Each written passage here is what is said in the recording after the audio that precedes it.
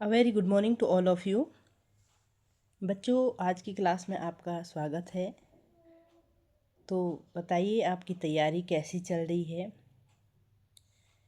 कुछ बच्चे हमारे साथ नए जुड़े हैं, उन बच्चों का बहुत बहुत स्वागत है क्लास में। और मैं यही कहूँगी कि आप थोड़ा मन लगा करके मेहनत करेंगे। तो क्लास को शुरू करते हैं हम। क्लास में हम यहाँ पे पढ़ रहे हैं कक्षा 6 में, जो आपकी अध्याय 3 है, संख्याओं के साथ खेलना। उसको हम यहाँ पे पढ़ रहे हैं, ठीक है। संख्याओं के साथ खेलना। जिन बच्चों ने नहीं पढ़े हैं, आगे के जो चैप्टर हैं या वीडियो नहीं देखी हैं, वो समझ लीजिए। आपको संख्याओं के साथ खेलना जो अध्याय 3 है वो खोलना है। तो आप अपनी किताब खोलेंगे और अध्याय 3 निकालेंगे, उसमें है संख्याओं के साथ खेलना।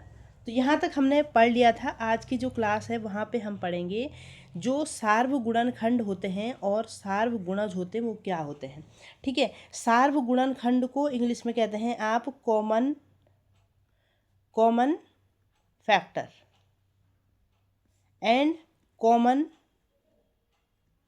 मल्टीपल। सार्वगुणनखंड को आप कॉमन फैक्टर कहते हैं और सार्वगुणज को आप कॉमन मल्टीपल कहते हैं।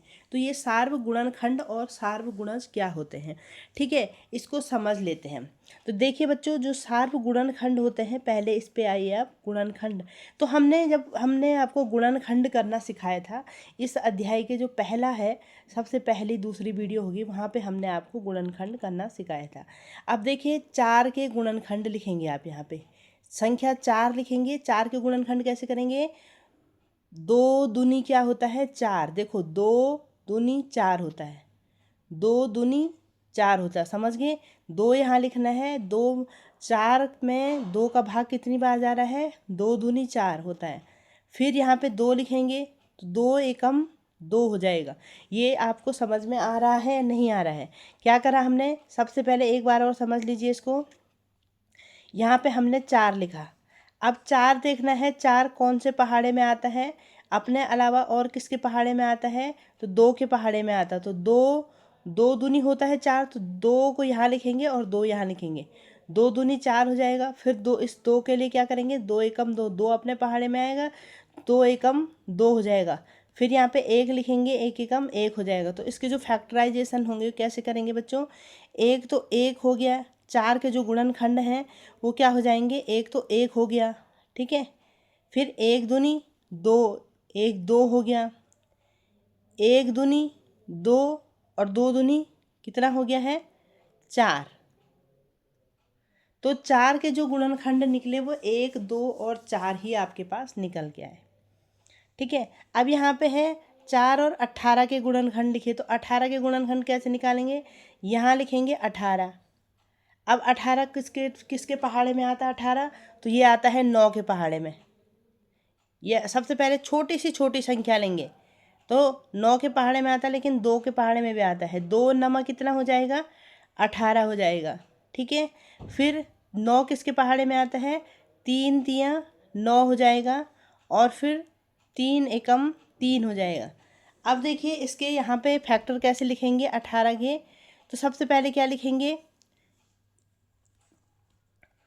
ये 1 हो गया है, पहले क्या लिखेंगे? 1। फिर क्या लिखेंगे? 1 से बड़ा क्या है? 2 है, ठीक है। 2 से बड़ा फिर तीसरा क्या निकल के आया आपके पास? 3 निकला। 1 2 और 3, 3 दिख रहे हैं आपको। उसके बाद यहाँ से देखिए 3 दूनी, अब इनको क्या करेंगे? आपस में मल्टीप्लाई भी करेंगे। पहले 3 दूनी 6 करेंगे। फिर 3 दूनी 6 दोबारा नहीं लिखेंगे, क्योंकि 2 को अगर 3 से गुणा करेंगे तो 6 आएगा। यहाँ पे 3 है तो एक ही बार 6 लिखेंगे। यहाँ पे दूसरी संख्या होती तो वो भी आप लिख लेते। अब क्या हो जाएगा? 3 दूनी तो कर लिया, अब 3 तियाँ कितना हो जाएगा? 9 हो जाएगा, ठीक है। और लास्ट क्या बच जाएगा? 3 दूनी 6, 6 तियाँ 18। तो ये हो जाएंगे आपके 18 के गुणनखंड, ठीक है। यहाँ तक आपको समझ में आ गया होगा। अब हमने निकालने हैं सार्वगुणनखंड या उभयनिष्ठ गुणनखंड, या आप उनको कॉमन फैक्टर भी कहते हैं। तो दो आपके पास संख्या युग्म दे रखे हैं, दो संख्याएं दे रखी हैं और इन दोनों में से आपने सार्वगुणनखंड निकालने हैं। तो आप देखो, एक यहाँ भी है और एक यहाँ भी है, दो यहाँ भी है और दो यहाँ भी है। यहाँ 4 है लेकिन यहाँ 4 नहीं है, और ये 6, 9, 18 यहाँ कुछ भी नहीं है। तो 4 और 18 के जो सार्वगुणनखंड क्या हो जाएंगे, वो हो जाएंगे आपके 1 और 2। 4 और 18 के जो गुणनखंड हैं वो 1 और 2 हैं। तो 1 और 2 क्या है, 4 और 18 के सार्वगुणनखंड या उभयनिष्ठ गुणनखंड है। ठीक है, इसको देखिए, निम्न युग्मों के उभयनिष्ठ या सार्वगुणनखंड क्या है। क्या क्या दे रखा है, पहले देखिए 8। किस तरह से मैंने बताया था आपको, छोटे से छोटे पहाड़ा पढ़ना है, सबसे छोटे में देखना है। तो 2 में आ जाता है ये, तो 2 चौको 8 होता है। फिर 4 भी 2 के पहाड़े में आ जाता है, 2 दूनी 4 होता है। फिर 2 एकम 2 होता है और 1 एकम 1 होता है। तो इसके गुणनखंड क्या क्या हो जाएंगे, एक तो 1 हो जाएगा, दूसरा कितना हो जाएगा, 2 हो जाएगा, तीसरा कितना हो जाएगा, 2 दूनी 4 हो जाएगा, और कितना हो जाएगा, 2 दूनी 4, 4 दूनी 8 हो जाएगा। इसके अलावा इसके कोई भी गुणनखंड नहीं होंगे। तो 8 के गुणनखंड क्या हो जाएंगे, 1, 2, 4 और 8। अब निकालना है 20 के गुणनखंड। 20 के गुणनखंड कैसे निकालेंगे, पहले छोटे से छोटे पहाड़े को पढ़ो। 2 दशंके 20 होता है, फिर 2 पंजे 10 होता है, फिर 5 एकम 5 होता है, 5 सिर्फ अपने पहाड़े में आता है, और 1 एकम 1 होता है। तो जो केवल हमने इससे पहले आपको बताया था कि जो संख्याएं केवल एक या अपने पहाड़े में आती हैं, उन संख्याओं को क्या कहते हैं, नोट कर लीजिए, जिनको पता नहीं है उनको कहते हैं प्राइम नंबर।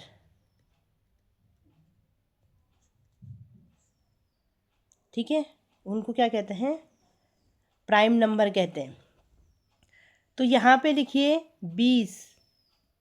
20 का गुणनखंड क्या क्या हो जाएंगे, 1, फिर लिखिए 2, ठीक है, 2 दूनी 4, और पहले मैंने 2 को 2 से गुणा करा तो 4 लिखा, फिर इस 2 को 5 से गुणा करेंगे तो 10 लिखेंगे। ठीक है, फिर ये हो जाएगा,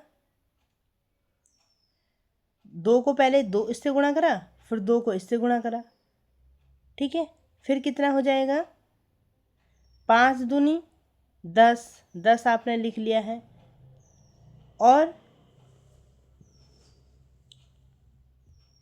कितना बच गया है, 5। 5 तो आपने लिखा ही नहीं है, ये 5 भी तो है। और कितना बच गया है, 1, 2, 4, 5, 10 और 20। ये इसके क्या हो गए हैं, गुणनखंड हो गए हैं। अब इनमें से क्या करना है, सार्वगुणनखंड ढूंढना है। एक यहाँ भी है, एक यहाँ भी है, 2 यहाँ भी है, 2 यहाँ भी है, 4 यहाँ भी है, 4 यहाँ भी है। तो इसका मतलब जो एक यहाँ पे लिखेंगे 8 और 20 के सार्वगुणनखंड हो जाएंगे 1, 2 और 4। ठीक है, तो ये सब क्या हो गए हैं, 8 और 20 के उभयनिष्ठ या सार्वगुणनखंड हो गए हैं। अब सेकंड वाला देखिए, 9 और 15। देखिए बच्चों, 9 है, सबसे छोटा पहाड़ा 2 का होता है, और 2 के पहाड़े में 9 नहीं आता है। फिर 2 के बाद आप किसका पहाड़ा पढ़ेंगे, 3 का पहाड़ा पढ़ेंगे। 3 तिया 9 होता है, फिर उसके बाद फिर 3 एकम 3 होता है। तो 9 के जो गुणनखंड हो जाएंगे वो क्या हो जाएगा, 1, 3 और 9। 1, 3 और 9, ये इसके क्या हो जाएंगे, इसके गुणनखंड हो जाएंगे। उसके बाद 15 के गुणनखंड देखेंगे आप, तो 2 के पहाड़े में 15 नहीं आता है, तो हम 3 का पहाड़ा पढ़ेंगे। 3 पंजा 15 होता है, और 5 एकम 5 होता है, और 1। तो इसके जो 15 के गुणनखंड होंगे वो होगा 1, 3, 5 और 15। ठीक है, अब इसमें उभयनिष्ठ गुणनखंड कौन कौन से हैं, 1 है और 3 है। ठीक है, तो 9 और 15 के जो सार्व गुणनखंड होंगे वो क्या होगा, 1 और 3। तो यहाँ तक आपको समझ में आ गया होगा। ठीक है, अब देखिए कुछ आपको ऐसी संख्याएं भी मिलेंगी जिनमें केवल एक होता है, एक जो संख्या होती है वही उनका सार्वगुणनखंड होता है।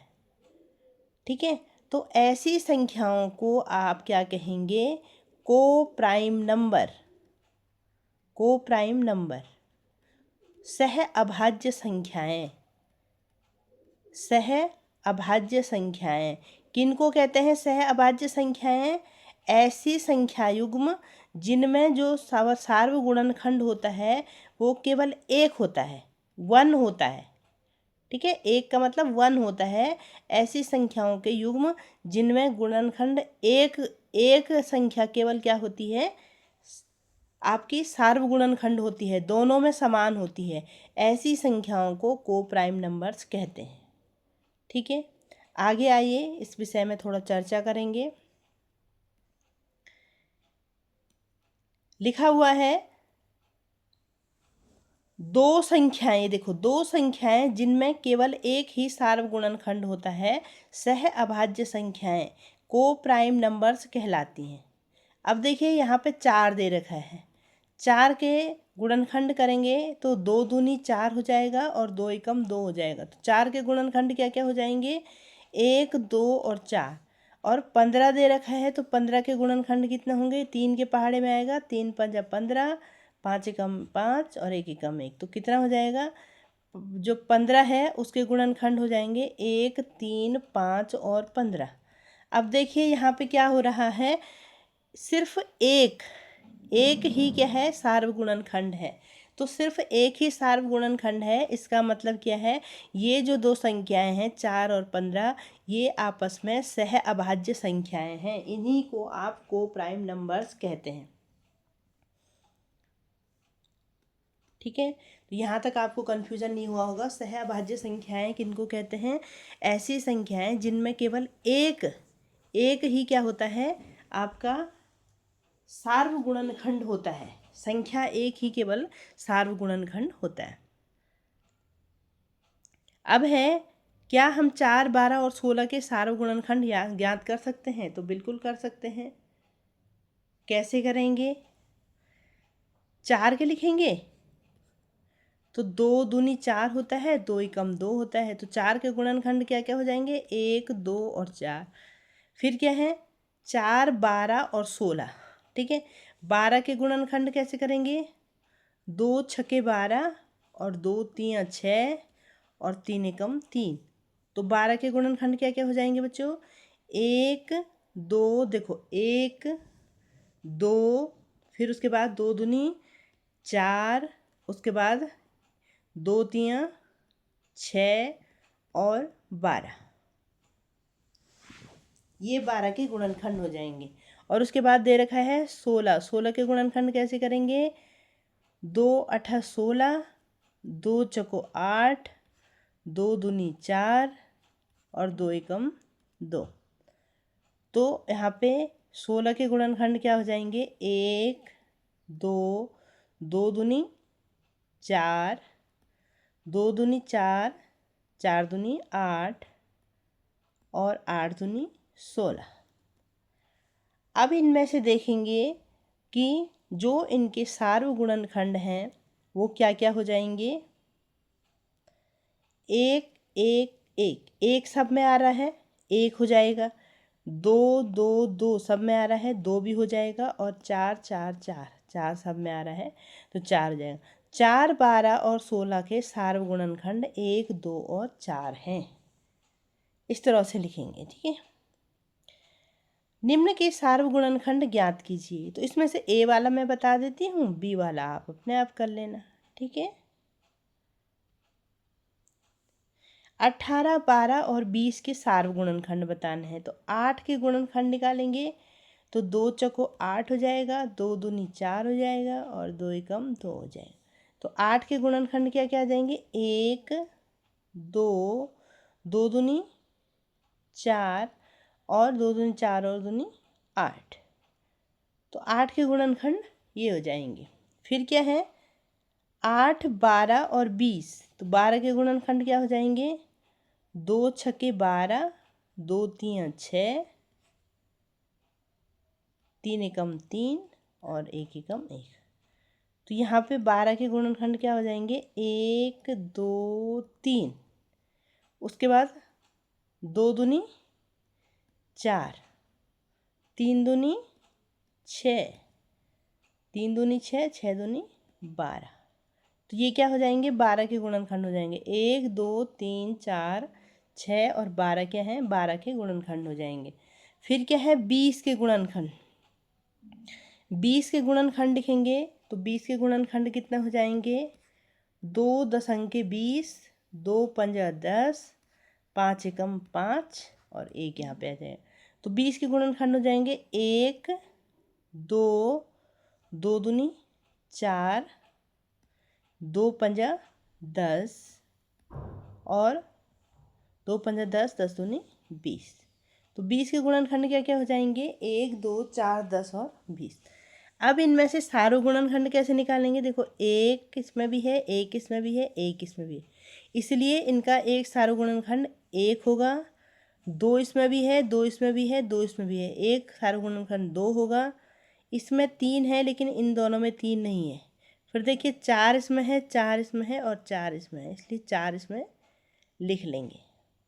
बाकी 8 नहीं है, 10 नहीं है, 20 नहीं है। तो ये क्या हो जाएंगे, 18, 12 और 20 के सार्वगुणनखंड हो जाएंगे। तो होमवर्क में आपने क्या करना है, ये क्वेश्चन नंबर बी करके लाना है। फिर भी अगर आपको कहीं पे भी कोई डाउट होता है तो आपने क्या करना है, मुझसे पूछना है, ठीक है। अब ये तो हमने बात की सार्वगुणनखंड के बारे में, ठीक है। अब हम गुणजों के बारे में बात करेंगे। सार्वगुणज किसे कहते हैं, तो गुणनखंड तो मैंने आपको समझा दिया है, किसी संख्या को छोटी से छोटी अभाज्य संख्याओं में तोड़ने को ही क्या कहते हैं, गुणनखंड कहते हैं। गुणनखंड बिल्कुल उसके खंड खंड कर देने हैं, बिल्कुल छोटी छोटी अभाज्य संख्याओं में तोड़ देना है, उनको क्या बोलते हैं, गुणनखंड बोलते हैं। अब यहाँ पे हम बात कर रहे हैं गुणज की। गुणज क्या होता है, गुणज को बोलते हैं मल्टीपल, ठीक है। गुणज को क्या बोलते हैं, मल्टीपल बोलते हैं। और मल्टीपल क्या होता है, जैसे 4 के मल्टीपल मतलब 4 का पहाड़ा होता है, 4 एकम 4, 4 दूनी 8, 4 तियां 12, 4 चौको 16, 4 पंजा 20। वैसे 5 का मल्टीपल होगा, 5 एकम 5, 5 दूनी 10, 5 तियां 15, 5 चौको 20, 5 पंजा 25। और यहाँ पे 6 के गुणज क्या हो जाएंगे, 6 एकम 6, 6 दूनी 12, 6 तियां 18, 6 चौको 24, 6 पंजे 30। अब क्या है, इस तरह से हमने इनके गुणज लिख लिए, ठीक है। तो अब आपने क्या करना है कि इसको बोलते हैं गुणज लिखना। अब आपको यहाँ पे क्या ढूंढना है, सार्वगुणज, ठीक है। तो सार्वगुणज ढूंढने के लिए आपने क्या करना है, इन सब में सार्वगुणज ढूंढना है। कैसे ढूंढना है, देखिए यहाँ पे क्वेश्चन है 4 और 6 के गुणज क्या हैं। तो 5 को फिलहाल काट दीजिए। 4 और 6 के सार्वगुणज, तो 4 और 6 के सार्वगुणज क्या क्या हो जाएंगे, 4 भी नहीं है इसमें, 8 भी नहीं है इसमें, 12 यहाँ भी है और 12 यहाँ भी है। उसके बाद 16 भी नहीं है इसमें, 18 भी नहीं है इसमें, 20 भी नहीं है इसमें, 24 इसमें भी है, 24 इसमें भी है। तो 4 और 6 के जो सार्वगुणज है वो क्या क्या हो जाएंगे, 12 और 24।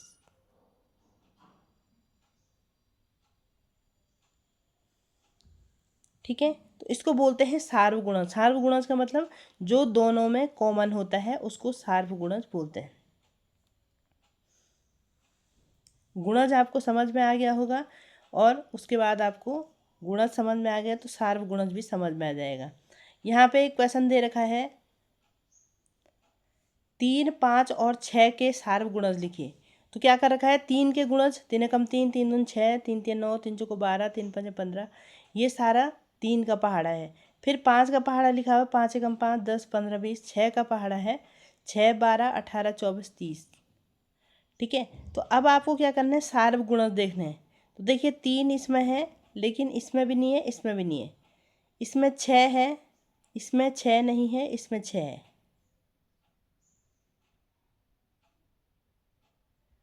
ठीक है, तो 6 यहाँ है, यहाँ है। उसके बाद देखेंगे 12, 12 यहाँ है और 12 यहाँ, दोनों जगह नहीं है। फिर सीधा क्या देखेंगे, 30 पे देखेंगे। 30 इसमें भी है, 30 इसमें भी है और 30 इसमें भी है। तो 5, 3, 5 और 6 के जो सार्व गुणज हैं वो कितना हो जाएगा, 30, 60 और 90 हो जाएंगे। जब आप इसको आगे करते रहोगे गुणज को, तो आपको 60 और 90 भी मिल जाएंगे। तो 3, 5 और 6 के सार्व गुणज क्या है, 30, 60 और 90 है। आगे देखिए 75, 60 और 210 के सार्व गुणनखंड ज्ञात कीजिए। अब यहाँ पे गुणनखंड ज्ञात करना है। ठीक है, तो आपने क्या करना है, गुणनखंड निकालना है। तो कैसे निकालोगे, 75 के गुणनखंड निकालेंगे। सबसे पहले छोटी छोटी संख्या लिखेंगे। तो ये तो 2 से मल्टीप्लाई नहीं होगा, 2 से भाग नहीं जाएगा इसमें। 3 से देखते हैं, 3 दूनी 6 होता है, 3 पंजे 15 होता है। उसके बाद 5 से जाएंगे, 5 पंजे 25 और 5 एकम 5। तो 75 के जो गुणनखंड हैं यहाँ पे देख लीजिए क्या क्या हो जाएगा, 1 हो जाएगा, 3 हो जाएगा, 5 हो जाएगा। ठीक है, फिर 5 तियाँ 15 हो जाएगा, फिर 5 पंजे 25 हो जाएगा, और फिर क्या हो जाएगा, 5 पंजे 25, 25 तियाँ 75। ये क्या हो जाएंगे, 75 के गुणनखंड हो जाएंगे। 60 के गुणनखंड लिखने हैं। तो 60 के गुणनखंड कैसे लिखेंगे, यहाँ पे 60 लिखेंगे और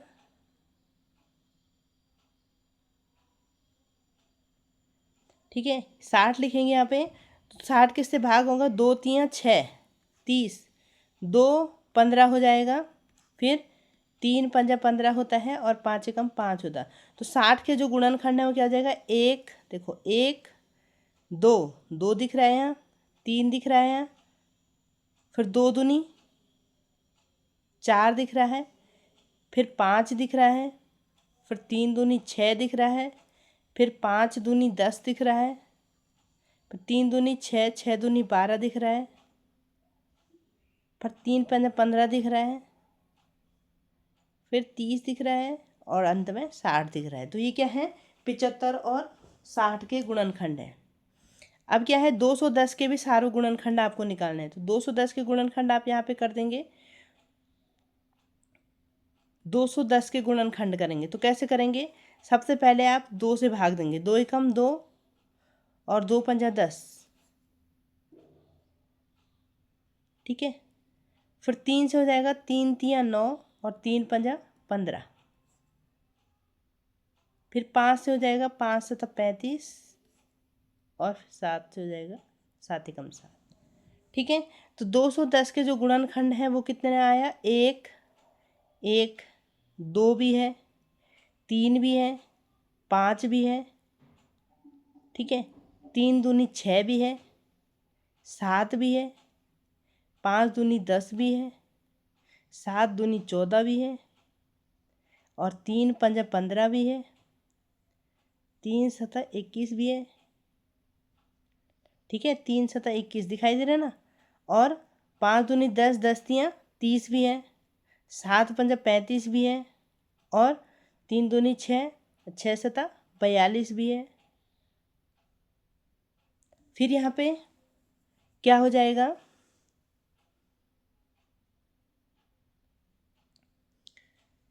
फिर 7, 7 गुणा गए 10 कितना हो जाएगा, 5 दूनी 10, 10 सता 70 हो जाएगा। फिर 105 भी है, 210 भी है। तो इस प्रकार से 210 के आपने गुणनखंड किए थे। अब आप इसमें क्या करेंगे, 75, 60 और 210 के सार्व गुणनखंड क्या हो जाएंगे, एक तो 1 हो जाएगा, एक 3 हो जाएगा, एक 5 हो जाएगा और एक 15 हो जाएगा। तो इस प्रकार से आपने क्या करना है, इनके सार्व गुणनखंड निकालने हैं। यहाँ पे है 3, 4 और 9 के सार्व गुणज लिखिए। तो सार्व गुणज में भी आपने क्या करना, 3 के गुणज लिखेंगे आपने यहाँ पे, फिर 4 के गुणज लिखे, फिर 9 के गुणज लिखे। उन सब में आपने क्या करना है, सब गुणजों को देखना है।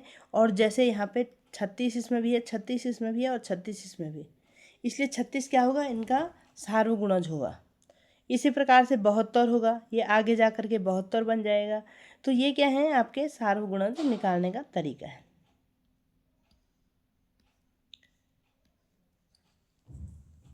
प्रश्नावली देखिए 3.4 है। प्रश्नावली क्या कह रही है, निम्नलिखित के सार्वगुणनखंड ज्ञात कीजिए। तो सार्वगुणनखंड ज्ञात करने की विधि मैंने आपको बता रखी है। क्या करना है, 20 के गुणनखंड लिखेंगे आप। तो 20 के गुणनखंड कैसे निकालेंगे,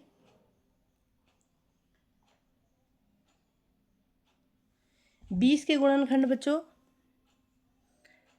यहाँ पे 20 लिखेंगे, 2 दशंक 20 होता है, 2 पंजा 10 होता है और 5 एकम 5 होता है। तो 20 के जो गुणनखंड हो जाएंगे वो क्या हो जाएगा, 1 2 2 दूनी 4, फिर 5 और फिर 20 और 10 तो लिखा ही नहीं, 5 दूनी 10 भी होता है ना। तो इसके क्या हो जाएंगे, ये इसके गुणनखंड हो जाएंगे।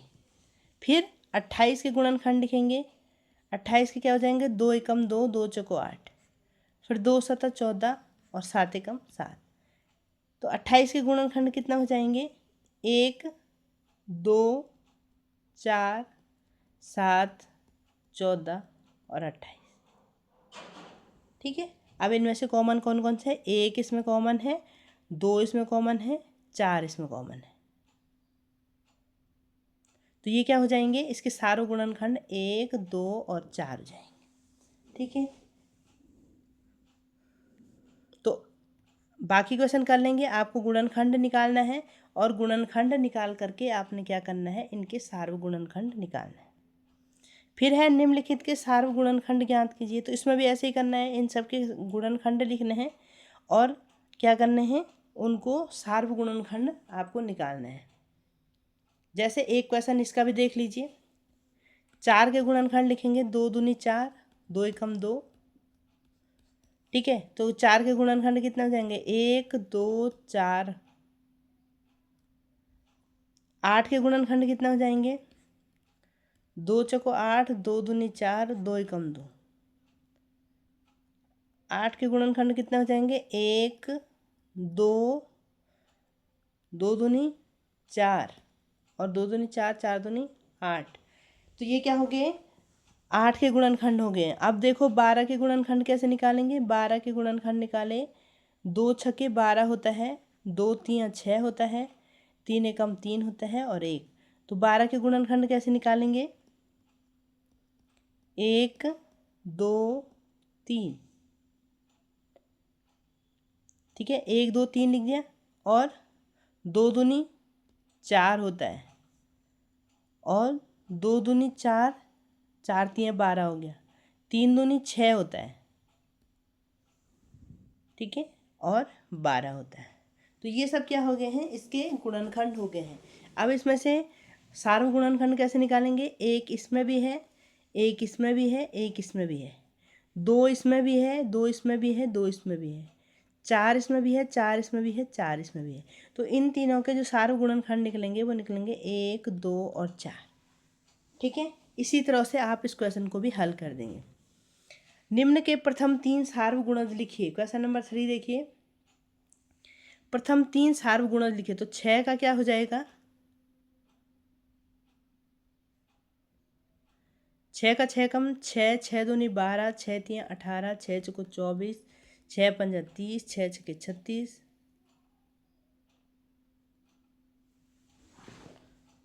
7 छक्के 42, 6 8 48, 6 9 54, 6 दशमलव 60। ठीक है, इस तरह से इसको आगे लिखते रहेंगे। और यहाँ पे है 8 के, तो 8 के 8 एकम 8, 8 दूनी 16, 8 3 24, 8 चौको 32, 8 पंजा 40, 8 छक्के 48, 8 56, 8 8 64, 8 9 72, 8 दशमलव 80। तो इसको और आगे ले जाएंगे, 11 छक्के 66।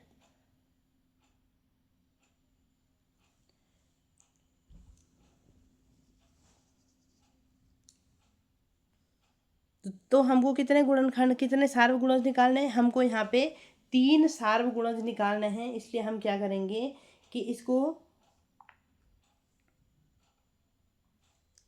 आगे भी मल्टीप्लाई करेंगे।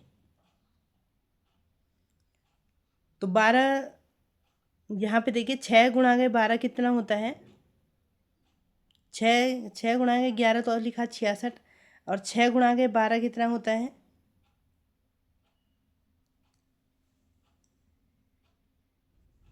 बताओ 12 छक्के कितना होता है। 12 इंच की चक्की, चाहे वो व्यावसायिक हो या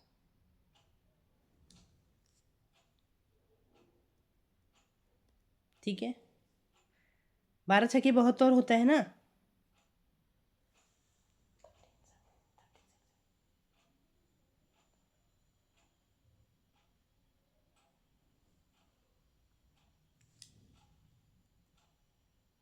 तो 72 भी क्या हो गया, इसका सार्वगुणज हो गया है। 24 इसका क्या हो गया है, सार्वगुणज हो गया है। और 48 क्या हो गया, इसका सार्वगुणज हो गया है। ठीक है, तो ये सब क्या हो गए हैं, इनके 3 सार्वगुणज आपने लिखने थे। तो क्या क्या हो गए इनके 3 गुणज, 24 हो गया है, 48 हो गया है और 72 हो गया है। तो इस तरह से इसके सार्वगुणज निकालना है। ठीक है, ये क्वेश्चन भी आपने वैसे ही करना है, पहले इनके गुणज लिखने हैं और उसके बाद उसमें से सार्वगुणज निकालना है। तो यहाँ तक आपको कोई दिक्कत आई जिसमें आपको समझ में नहीं आया होगा, तो कोई बच्चा ऐसा है जिसको समझ में नहीं आया, तो चलो मानते हैं आपको आ गया होगा। इजी है सार्वगुणनखंड, और सार्वगुणज तो काफ़ी इजी है।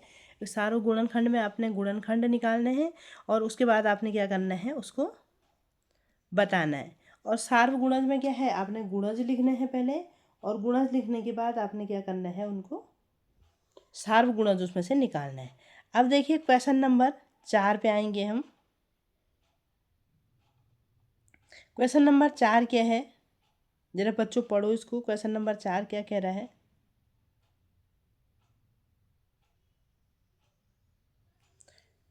100 से छोटी ऐसी सभी संख्याएं लिखिए जो 3 और 4 के सार्वगुणज हैं। 100 से छोटी लिखनी है, ठीक है। 100 से छोटी ऐसी सभी संख्याएं लिखिए जो 3 और 4 के सार्वगुणज हो।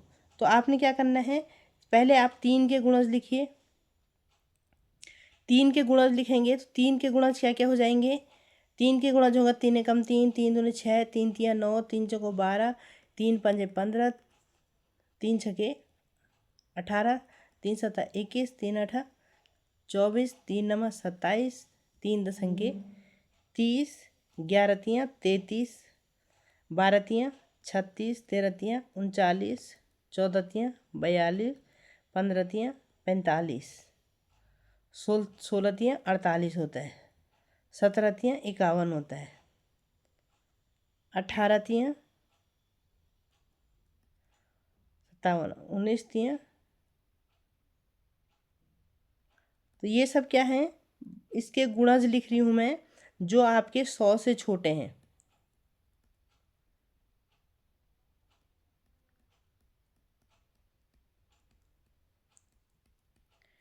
एट्टी 87, 90, 93, 96 और 99, ये क्या है, 3 के गुणज हैं। 3 के गुणज हैं ये जो 100 से छोटे हैं। 3 के गुणज जो 100 से छोटे हैं वो मैंने लिखा। अब यहाँ पे लिखे 4 के गुणज जो 4 से, जो यहाँ पे 100 से छोटे हैं, 4 के गुणज लिखेंगे तो क्या हो जाएगा, 4, 8, 12, 16, 20, 24, 28, 32, 36, 40, 44, 48, 52, 56, 60, ठीक है, 64, 68, 72, 76, 80, 84, 88, 92, 96 और 100।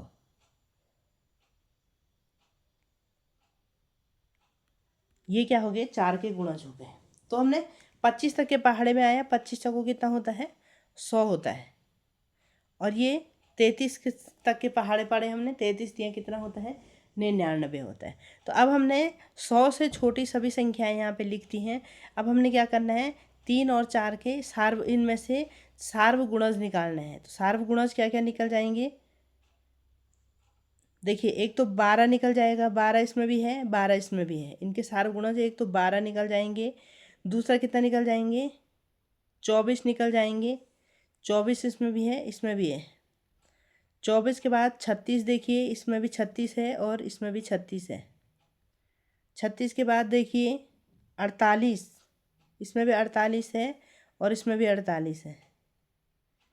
उसके बाद कितना हो जाएगा, 60, यहाँ भी 60 है और यहाँ भी 60 है। उसके बाद कितना हो जाएगा, 72, यहाँ भी 72 है, यहाँ भी 72 है। फिर है 84, 84, यहाँ भी 84 है और यहाँ भी 84 है। उसके बाद है 96, यहाँ भी 96 है और यहाँ भी 96 है। तो जो 3 और 4 के गुणज निकल के आए वो क्या क्या निकले, 12, 24, 36, 48, 60, 72, 84 और 96। ठीक है, तो इस प्रकार से आपने क्या करा, 100 से जो छोटी संख्याएं हैं 3 और 4 के जो गुणज हैं उनको यहाँ पे लिखा और उसमें से आपने सार्वगुणज निकाला। ठीक है, सार्वगुणज आपने निकाला। इतना समझ में आ गया है। क्वेश्चन नंबर 5 देखेंगे, निम्नलिखित में से कौन सी संख्याएं सह अभाज्य हैं। तो सह अभाज्य संख्याओं का मतलब क्या होता है, को प्राइम नंबर। को प्राइम नंबर क्या होती हैं, ऐसी संख्याएं जिनके केवल एक ही गुणनखंड सार्वगुणनखंड होता है। एक गुणनखंड जिनका क्या होता है, सार्वगुणनखंड होता है। एक संख्या भी एक ही होती है और गुणनखंड भी एक ही होता है। अब 18 और 35 में देखेंगे कि कौन सी सह अभाज्य संख्याएं हैं। इसमें से आपने जो सह अभाज्य संख्या है उनको देखना। ठीक है, तो कैसे जांचेंगे, देखो 18 के जो गुणनखंड हैं लिखेंगे तो कितना हो जाएगा, 2 नम 18 होता है और 3 तिया 9 और 3 एकम 3 होता है। ठीक है, तो इसको लिखिए 2 3 1 2 3। उसके बाद कितना हो जाएगा, 3 दूनी 6 और उसके बाद कितना हो जाएगा, 9 हो जाएगा। 3 तिया 9 होता है और उसके बाद 18 हो जाएगा। अब यहाँ पे 35 के जो गुणनखंड है, 35 के गुणनखंड करिए तो 3 से जाएगा, 3 से नहीं जाएगा, 3 एकम 3 होता लेकिन यहाँ 5 हो जाएगा। तो ये जाएगा 5 सता 35 और 7 एकम 7।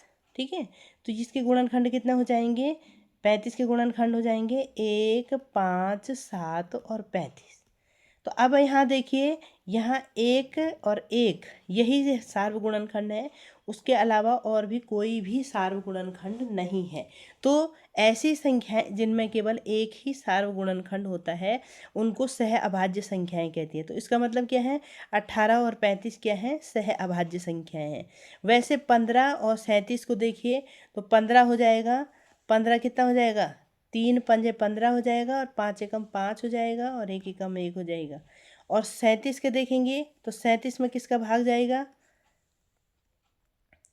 37 में एक का भाग, 2 का भाग नहीं जाता है, 3 का भाग भी नहीं जाता है, 4 का भी नहीं जाता है, 5 का भी नहीं जाएगा, 6 का भी नहीं जाएगा, 7 का भी नहीं जाएगा। तो देखिए 37 में किसका भाग जाता है,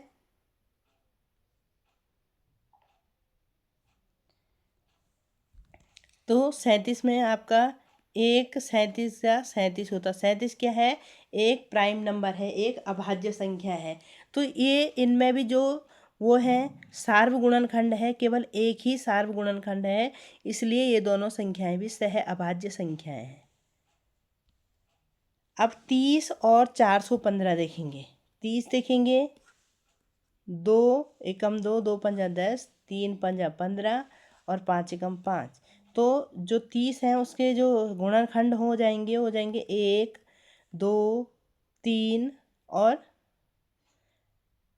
2 पंजा 10 और 3 पंजा 15 और 30 और 400 और क्या है, 415 है, 415।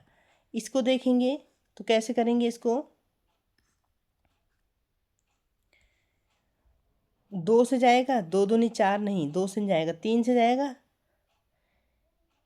3 एकम 3, फिर 1 बचेगा 11, 3 तिया 9, फिर 2 बचेगा 25, फिर 3 8 24 होता है, तो इसमें भी नहीं जाएगा। 5 से देखो, 5 5 8 40,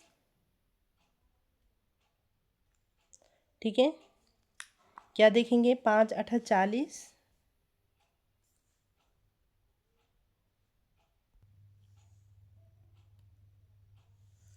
तो 415 में क्या हो जाएगा, 5 8 40 हो जाएगा और 15 हो जाएगा, 5 तिया 15 हो जाएगा, ठीक है। और उसके बाद 83 को किसी से भी नहीं कटेगा, तो ये क्या हो जाएगा, यहाँ पे 83 इंटू 1 लिख देंगे।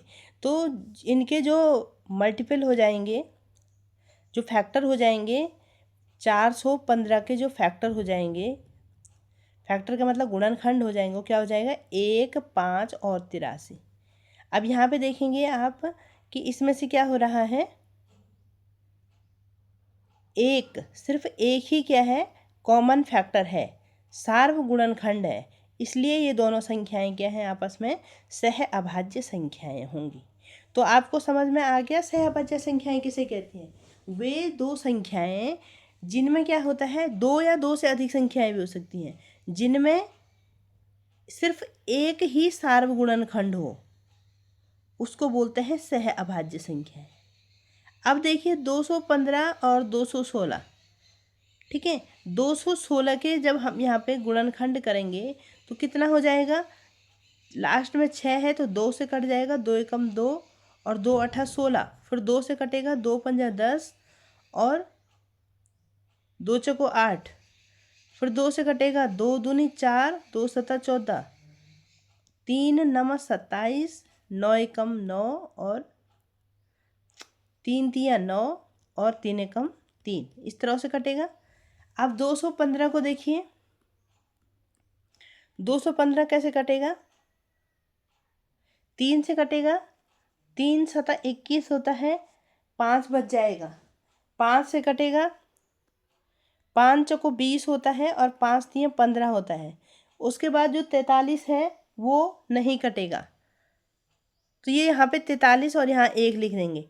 तो यहाँ देखिए आप, इसमें से यहाँ जो इनके गुणनखंड निकल के आ रहे हैं उसमें से क्या है, 215 के गुणनखंड हो जाएंगे 1 5 और 43, और 216 के गुणनखंड हो जाएंगे 2, पहले 1 लिखिए, यहाँ 1 लिखिए, फिर 2 लिखिए,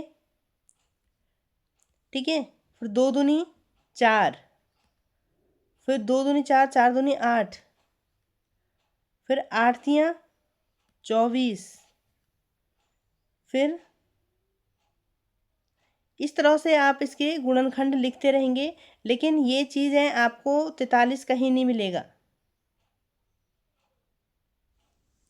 तो इसमें से जो गुणनखंड हैं वो क्या क्या निकले, एक ही इनमें सार्व गुणनखंड है, इसलिए आप कहेंगे 216 और 215 भी क्या हैं, सह अभाज्य संख्याएं हैं। तो 17 और 81 और 6 16 और 17 और 68 का आप करके लाएंगे होमवर्क में, ठीक है।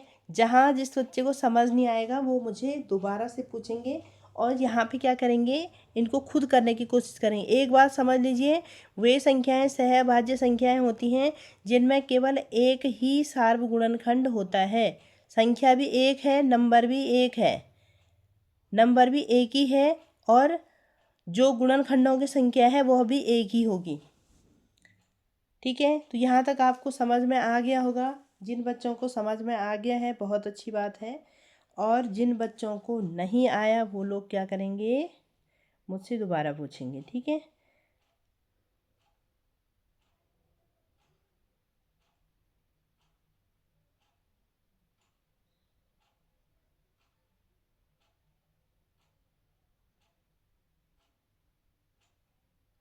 अब क्वेश्चन नंबर 6 देखेंगे। क्वेश्चन नंबर 6 क्या कह रहे हैं, एक संख्या 5 और 12 दोनों से विभाज्य है, और किस अन्य संख्या से यह संख्या सदैव विभाजित होगी। तो किससे होगी, यह संख्या 12 से विभाज्य है, यह संख्या 5 और 12 से विभाज्य है तो किस अन्य संख्या से यह संख्या सदैव विभाजित होगी? तो कोई भी संख्या है, यदि वह 5 से भी विभाज्य है और 12 से भी विभाज्य है तो वो संख्या, जो ये संख्या होगी वो किस अन्य संख्या से विभाजित होगी? तो उसके लिए क्या करेंगे, इन दोनों को गुणा कर देंगे और इन दोनों का जो गुणनफल होगा उससे वह संख्या क्या होगी, विभाजित होगी। 5 गुणा के 12 बराबर 12 पंजे 60 होता है। तो एक संख्या 5 और 12 दोनों से विभाज्य है तो किस अन्य संख्या से यह संख्या सदैव विभाजित होगी? तो यह संख्या 60 से भी हमेशा विभाजित होगी।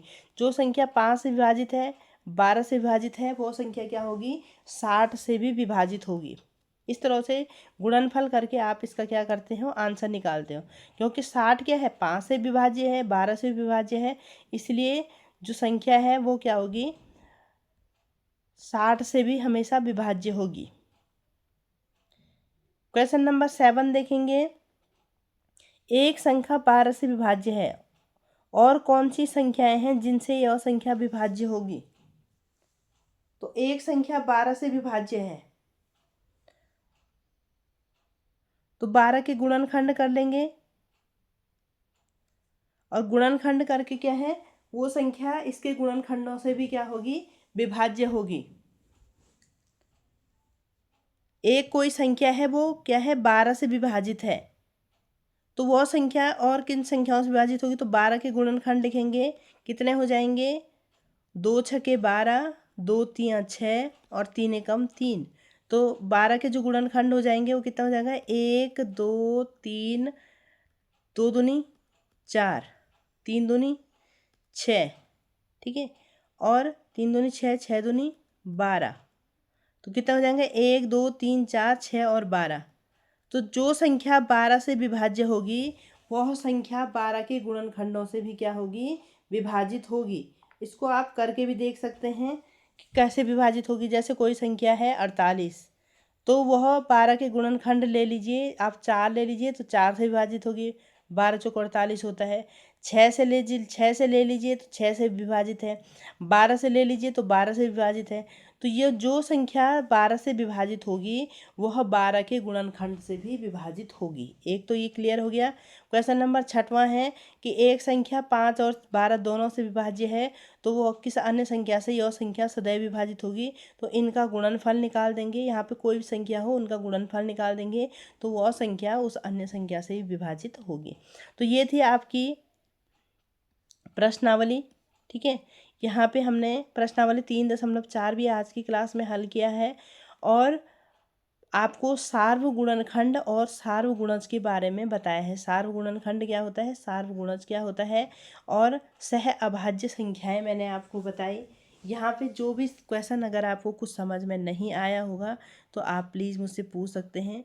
तो आज क्या करते हैं बच्चों, इस क्लास को यहीं पे एंड करते हैं और अगली क्लास में हम क्या करेंगे कि जो अभाज्य संख्याएं हैं उसके बारे में हम पढ़ेंगे कि जो अभाज्य गुणनखंड होते हैं वो क्या होते हैं। तो क्लास को ख़त्म करते हैं, पढ़ते रहिए और सदैव आगे बढ़ते रहिए। Thank you classes.